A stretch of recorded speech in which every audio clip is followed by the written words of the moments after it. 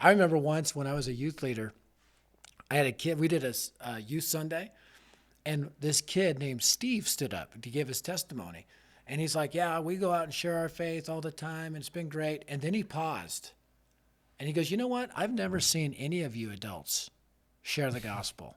He goes, aren't you Wow. supposed to be leading the way for us? And I mean, he went off, and I remember cringing at first, but then was like, oh, this is good. You could feel the conviction Yes, over the audience. for sure.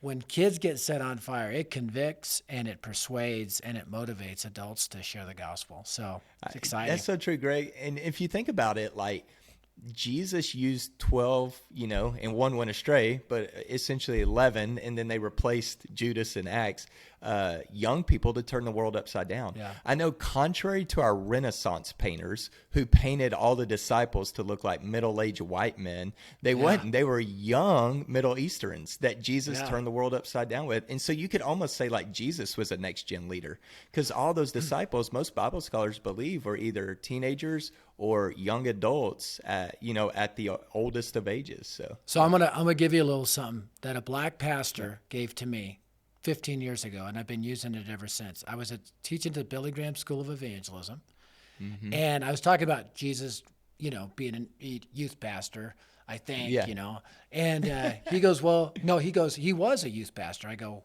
and he spoke out from the front row. I go, what do you mean? He goes, Matthew 17, 24 through 27, Peter, Jesus, and the disciples go into Capernaum, and only Peter and Jesus pay the temple tax. I go, interesting.